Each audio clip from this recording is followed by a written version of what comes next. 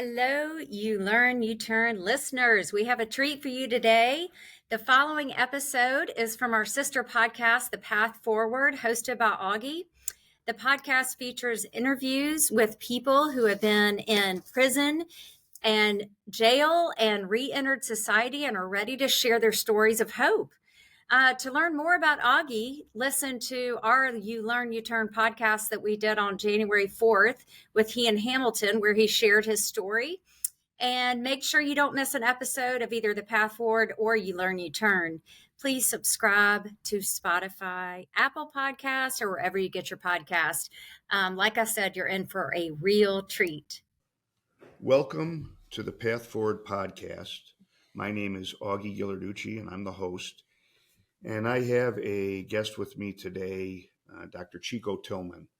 And you're going to hear an amazing story from Chico. And I will tell you that I met him before the pandemic, just before the pandemic, and I had seen some work he was doing, and I reached out to him, and I wanted to see if I could get on his calendar because at that point I'd gotten out in 17, so this was probably around 19 or so, and I was starting to really get into a lot of different facilities, but I saw the work he was doing, and I wanted to connect and see if there were some things that we could do together. And since then, we've formed a friendship, and I'm so grateful to know him, and I'm grateful to him for being here as a guest on the podcast, because I think for the men and women on the inside, when you hear his story and all that he's done, it's almost amazing. In fact, somebody should make a movie about it. Oh, wait a minute, maybe we'll talk about that too. So there's some really great stuff here, and I encourage you to sit back and let's get started with Chico. So welcome. Thank you for having me. And can I just start with some basic, your background, where you grew up, and Yeah. tell us a little bit about you. My name is Dr. Chico Tillmon. I'm originally from the west side of Chicago, born and raised a native of the west side of Chicago, from the Austin community. And if you are familiar with Chicago, the Austin community is the largest community in Chicago, but also it's the most underserved. It has the highest unemployment rate, violence, crime, and all those other social determinants of health that causes a community to have challenges. Okay. Uh, just a few other things. Went to school, did pretty good, but I grew up in a interesting family. It was dichotomous in nature, meaning uh, the women in my family worked and were productive, went to school, did the right thing. But all the men in my family were in gangs, sold drugs, all type of subculture behavior. So even as a child, I grew up somewhat confused because the representation of a man in my life always involved some type of criminal activity. And so I think, that's what that was the big turning point in my life. Like it appeared like women did the right thing and men always had some type of angle or was engaged in some negative activity. And so at some point, it led to you facing prison. Yeah, you know what? Initially, I was a kid that was pretty bright in school in the gifted program. Did well in high school, honors and everything, played basketball. However, and when I was in high school, my mom went through a divorce and went into mild depression. And I was 16 years old and trying to take care of myself. So that led to me first selling marijuana to survive, really like to, be able to go to school and stuff and function. And then eventually I went to the Air Force National Guard. I was trying so hard to do the right thing.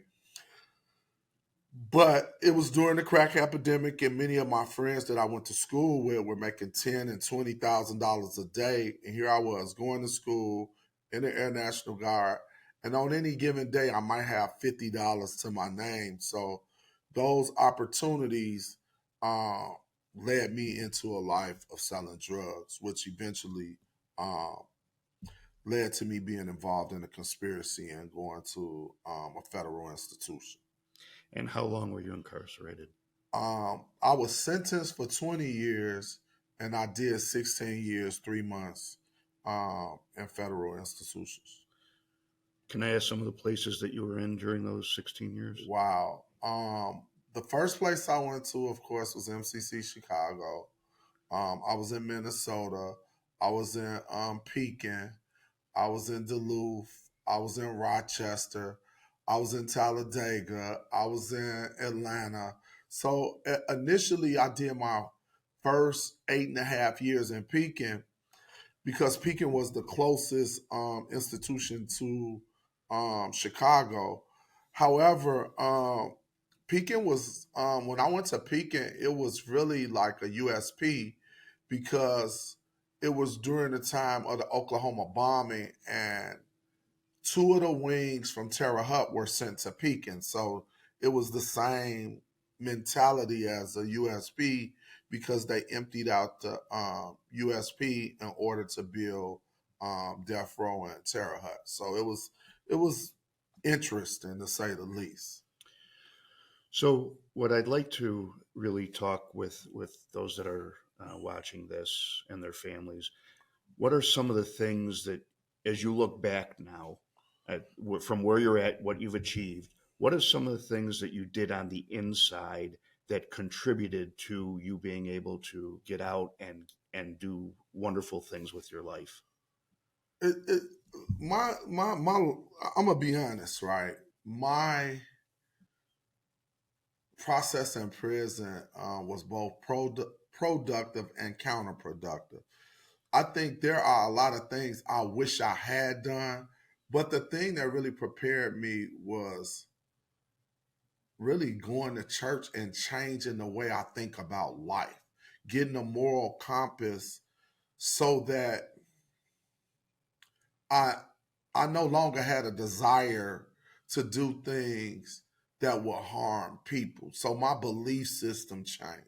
That's the most important thing.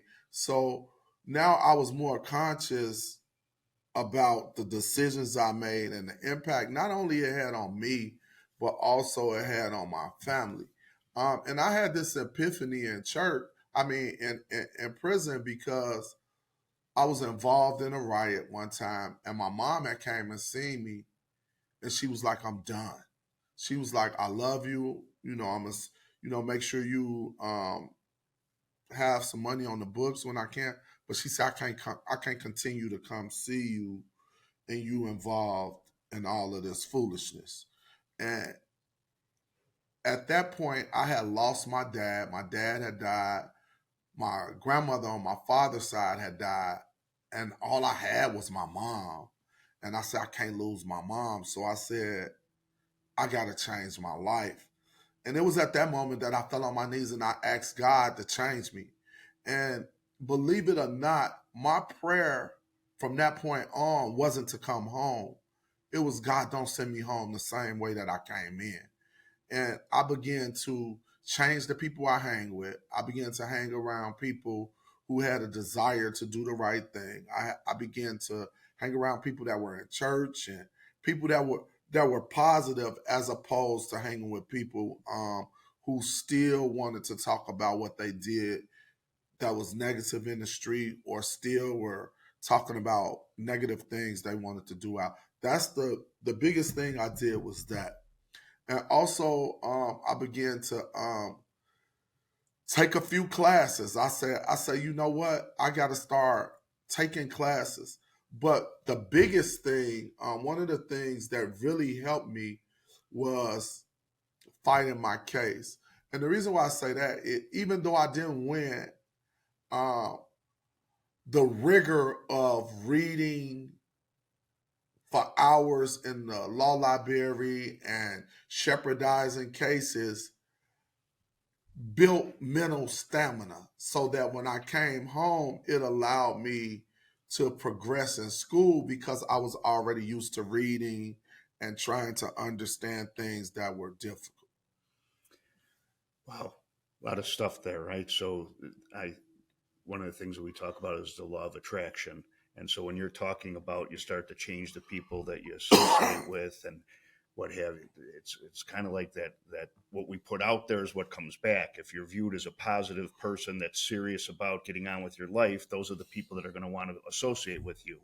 And unfortunately for us, for some, it works the other way too. So that's one side, and then the other side is the discipline of. I mean, I think many of us that were facing a fairly long sentence or a long sentence spent time in the law library. And when you talk about building mental stamina, I mean, it's exhausting for me to just think about sitting down with those books, because in those days they were books off the shelf, right? And you have to find one and then go find another, but somebody took it back and hid it in their locker, and you can't get the one you need and what have you. So, but I mean, I get exactly, and I've never thought about it that way, of how that prepared you for what you've gone on to do. So that brings us to the point where you just kind of share with us the story of your release. And you've got two tracks that I'd like you to really emphasize. One is the academic side, which is amazing. And then the other is the professional side, with how your background and your academic growth has led to your career path. So if you would share those two things, I know the audience wants to hear about that kind of thing. Let me start by saying, one of the biggest things prison taught me is gratefulness. Like, because I think in prison, just think, if a person sends you $20, which in the scheme of things isn't a lot, it means the world to you because they thought about you. And so I came home grateful just for the little things, to be able to move around. Like I counted everything a privilege, because so much was taken from me, that I appreciate everything that anybody do for me. I appreciate the fact that God allows me to wake up every day. I appreciate everything, and I take nothing for granted. To be honest, as I said, I was hanging around people that was in the church, and initially I thought when I got out I was going to be a pastor or a preacher, and I am a minister at my church. But when I got out, I saw the abundance of churches. It was churches on every other block, and I prayed. I said, God, I said, the last thing we need is another preacher.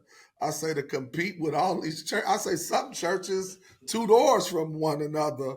The small churches. I say, Lord, I don't want to steal nobody. I say, God, I don't think that's the plan.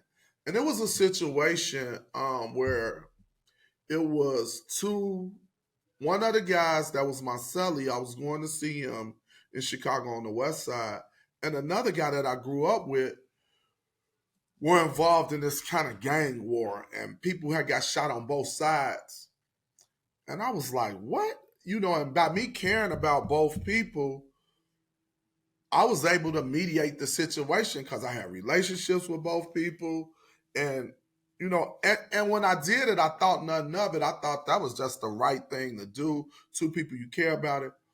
But when I did it, the response from the community, from the city, it was like, whoa, we've been trying to stop this for the longest. And oh my God, what did you do? Or what did you say? And I said, I just, talk to 2 friends.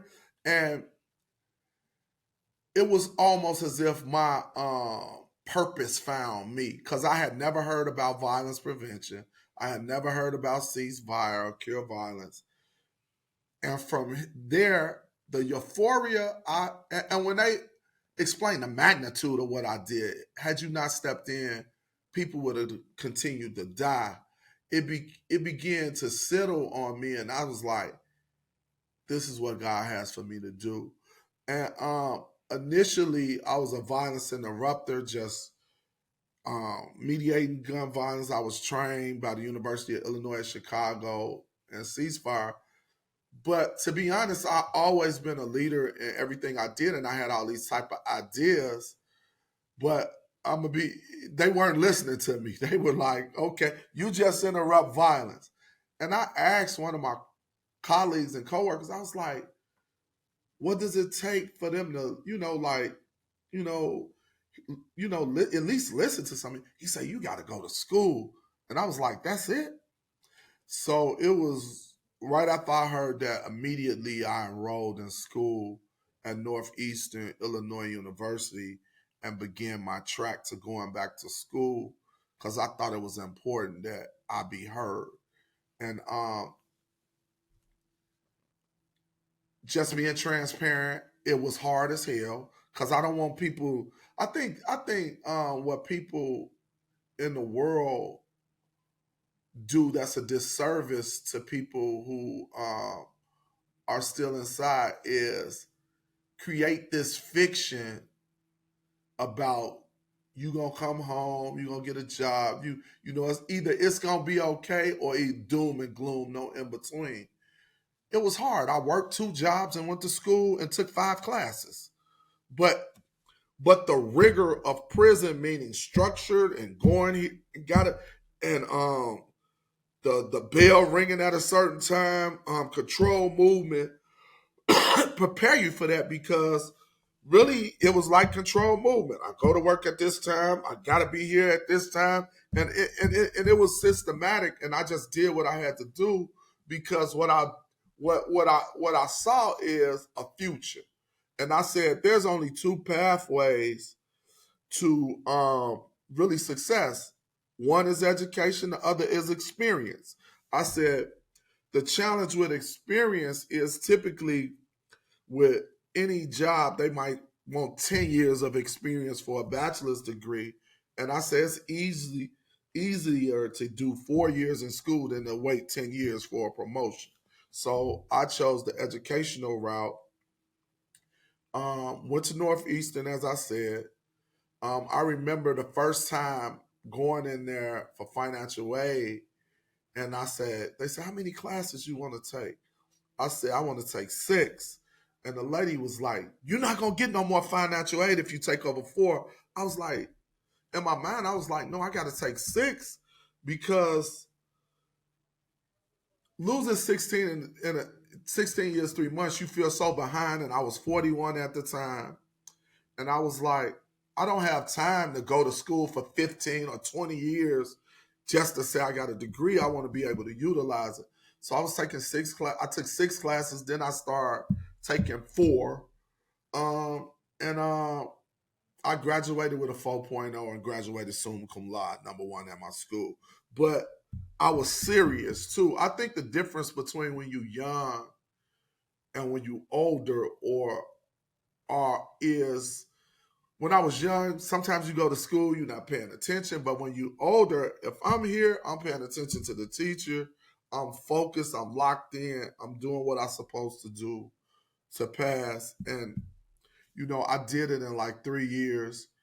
Graduated on a Friday, enrolled in a master's degree program Monday. It was a 2-year program. I did it in 14 months. And I asked them, can I enroll in the summer? They was like, this is unusual. Don't you want to celebrate? I was like, this wasn't the end goal. Initially, I was just, thinking about getting a master's, but I had a mentor, and he's still my mentor, Dr. Lance Williams. He was like, you got it. I was like, what the hell you mean? He said, no, you got it. You can be the first to get the PhD or one of the first to get the PhD with your lived experience, And I was like, okay. So initially, some of you have to suppress like some of the things that we develop being in the street or in criminal environment still there, but you have to suppress it. So of course I wanted to go to the easiest school, find the easiest way to graduate. But my mentor was like, no, you're going to a research-oriented institution so that when you get the degree, it's respected. So I ended up going to the University of Illinois at Chicago. It took 6 years because of the pandemic and everything. And I got my PhD in criminology, law, and justice. But along with getting a PhD, as I was working with each step, getting a bachelor's, I became a program manager over the entire site. Then I became a senior program manager over 26 sites. Then I became a technical assistance provider, developing sites and cities around the country. Then, prior to getting a PhD, I became an executive director over an entire organization. And every job thereafter, I've been an executive director over organizations. It's so great. It's unbelievable. It's unbelievable when you think about it. So on the inside, I did get into a master's program when I got out, and I went to the first class at Loyola University, and I had a new computer, and I sat down, and during the first half of the class, I couldn't figure out how to get the Wi-Fi on. I was ready to walk out at that moment. There's a lot more challenges getting back into things like that, but I agree absolutely with what you said. I was a far more serious student after the experience of incarceration at an advanced age, that I wasn't looking to waste time, and so I focused on what was there. But I think that's a great message that you bring forward. You brought something up important, Augie. Now, when I did get out, my biggest challenge or hindrance was I went to prison in 1994. Windows came out in 1995. I had never did an email, never went on the internet, nothing. So my biggest challenge was technology. I didn't even know and I'm gonna tell you what I had to do. I had to be humble. I had to I'm talking about humble to a fact where it's almost embarrassing. Where now my 9-year-old can do the things me as a 41 or 42-year-old man are asking students like, how do you get to Microsoft Word? Or how do you cut it on? Or it's not work. And childlike questions, but I had to be humble. And let me say something else about school, right? When I was in the PhD program, it was some subjects was hard. I was about 45, 47. I had to go to a 29-year-old white girl and say, would you tutor me?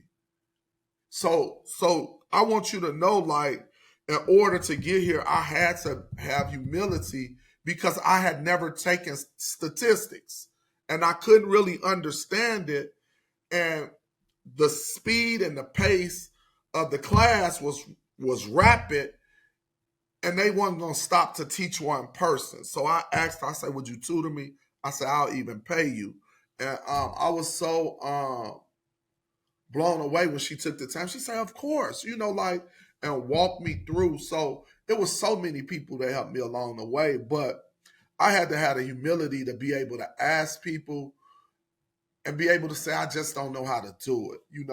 Put everything to the side and say, and tell them my story. I don't really, even with the computer, help me, how do you turn it on? And what does this mean? And, it's a humbling feeling, and technology is constantly moving so fast. Even with let me say something that's crazy, right?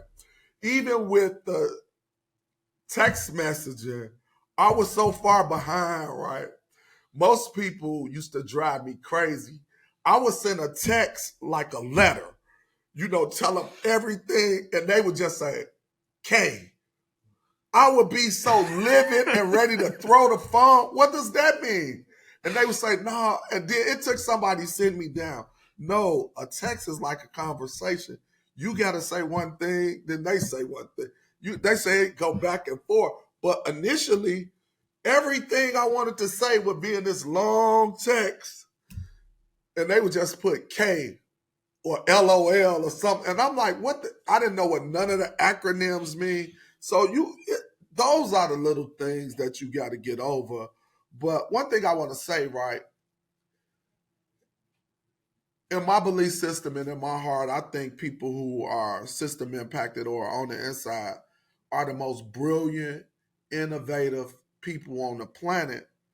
Because even when you think about committing a crime, there are so many variables that you got to take into consideration just to do one thing, that if you put that same energy into doing something positive, there's no way you cannot be successful. But there are going to be obstacles, and you got to be prepared that, is it going to be hard? Yes, but I'm determined to do it just like I was determined to do wrong. Great. Great. So my first day at work after I got out, the guy that hired me, and he was great, and he said, I've got to run out. Set up your LinkedIn. And he left. He might as well have told me to read a book that was written in Chinese. I had no idea what he was talking about. And the whole day I'm trying to figure it out. And there's a woman in the office. She was like an angel. She saw that I was jammed up, and she said, "Can I help you?" And so she actually helped me to do that. There were so many things that life moves really fast, but technology can be overwhelming. And asking for help is certainly, I think, essential. All right, so two things I want to make sure that those that are watching this are aware of. So you've had the opportunity to advance to really the highest level in the gun violence reduction and the work you do. So will you please share what that has been, where you've traveled to, who you've met? I think that. Hey, let me just say this right. It's a scripture that say the pure at heart shall see God. And the Bible say, blessed are the peacemakers, for they shall be called the sons of God. The things that have transpired in my life, because I really had a desire to do the right thing, is unbelievable. So right when we had the pandemic, because of the work I was doing, because I was working tirelessly, and it's even recanting the story is unbelievable. I was selected as one of the people to be on the Biden-Harris transition team. Now imagine that. Somebody's system impacted. On the team with the president of the United States when he's about to go into office. And initially, I was one of the people to help him develop racial equity throughout all of the departments. However, in the process of that, we had an onslaught of mass shootings, and he really wanted to come up with an idea to try to, prevent or respond to mass shootings. And I was a part of a group that met with the president. And first we met with Ambassador Susan Rice, and we came in there with algorithms. We came in there with a literature review. We came up with a real formula to mitigate gun violence. They were so blown away that they enlisted us as subject matter experts for the White House. So now I'm like, I can't believe this, right? And it was just insane to meet his staff on Zoom. But the president went a step further. We were invited to the Rose Garden the first day he opened it up after the pandemic with the staffers. So the day the staff came in, he invited us 9 in to be able to honor us for the work we were doing for the country. It gets deeper. So now I'm working as a subject matter expert. The president had a bill he was trying to push, Build Back Better. He sent it to us, and we responded it wasn't strong enough. It wouldn't help enough people. And he asked why. We answered all the questions, and we began to tell him he needed to increase it to $5 billion. When the president changed it, we blown away. And then came the ARPA situation. I was a part of a team that helped write the policy for Black and brown people and formerly incarcerated people to get stimulus and to get money throughout the United States. However, also we wrote in there about people that's working with reentry and gun violence to get money as well. Initially, it was in the bill, but they weren't getting the money. So we did a advocacy campaign called Fund Peace, and I was able to raise $2.8 billion. Me and two of my colleagues, Marcus and Stephanie, the most amount of money in the history of this country allocated to CBOs around gun violence and reentry in the history of this country. After that, it gets bigger. Um, I, I say the big jump from an organization having 200,000 and 300,000 to now having 2 million, I began to think about, with no training, with no assistance, a lot of people gonna go to jail. So I went to my friends at the University of Chicago and I told them I have this idea about developing or creating a CVI academy for CBOs that do violence prevention and the entire ecosystem. That's reentry, mental health. And they said yes. And now, currently, I run a school inside of one of the top 5 schools in the world, the top school in social science in the world, a CVI Leadership Academy, teaching leaders how to run organizations, how to create logic models, theories of change, mission state, everything, HR policy, strategic plan. I wanted them to learn how to run any organization. Lastly, get another invitation to the White House and meet the president personally. And he gave me his personal coin that he gives to heroes throughout the United States.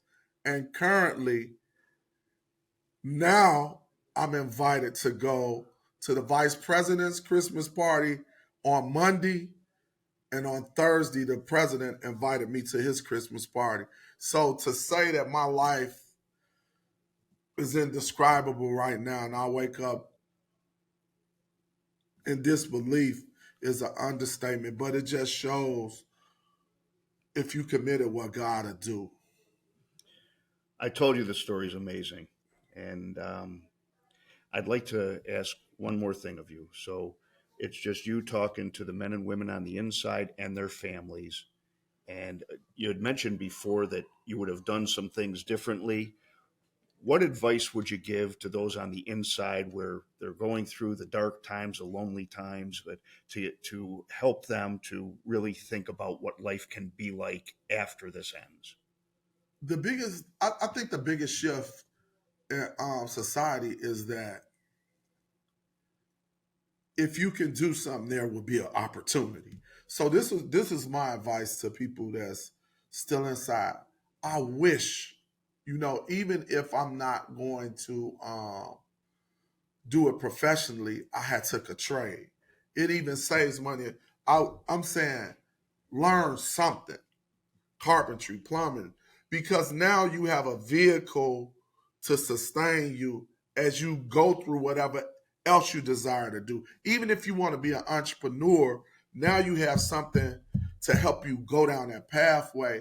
And are you guaranteed a job? Some people say, well, I'm an ex-offender, or I'm formerly incarcerated, or I'm system impact. They ain't gonna hire me. That's not true. People are gonna hire the best person that can do the job.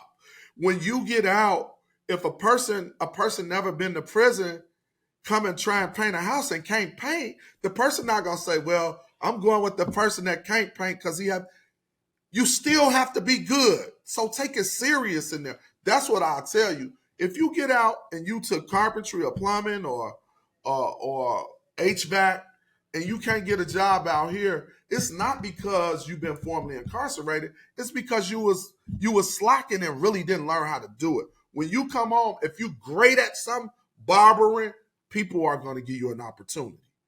And for families, what I say is set realistic expectation and support as much as possible.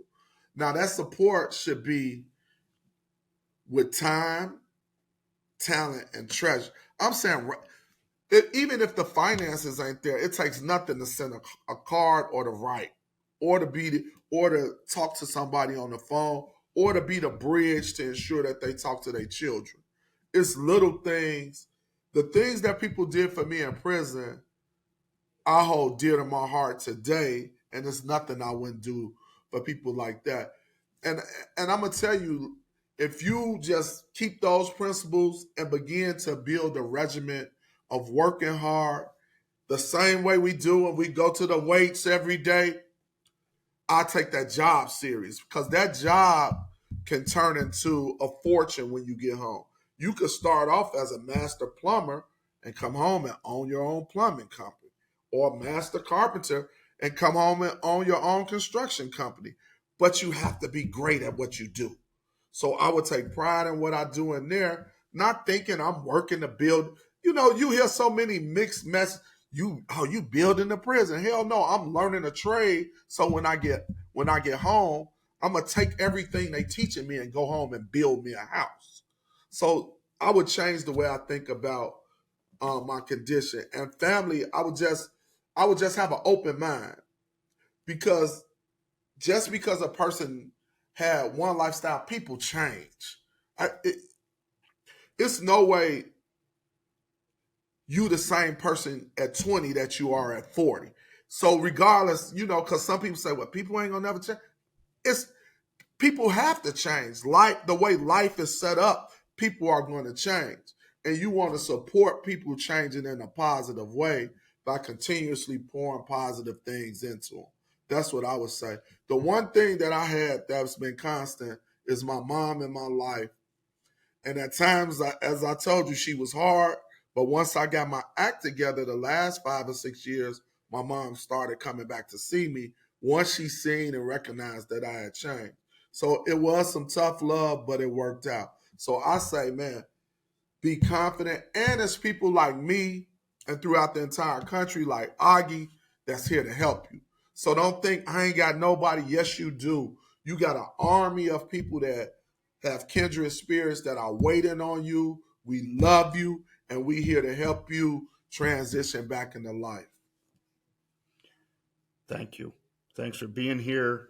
And I hope and I'm sure that you've enjoyed what Chico had to say. Thank you for tuning in to the My Path Forward podcast.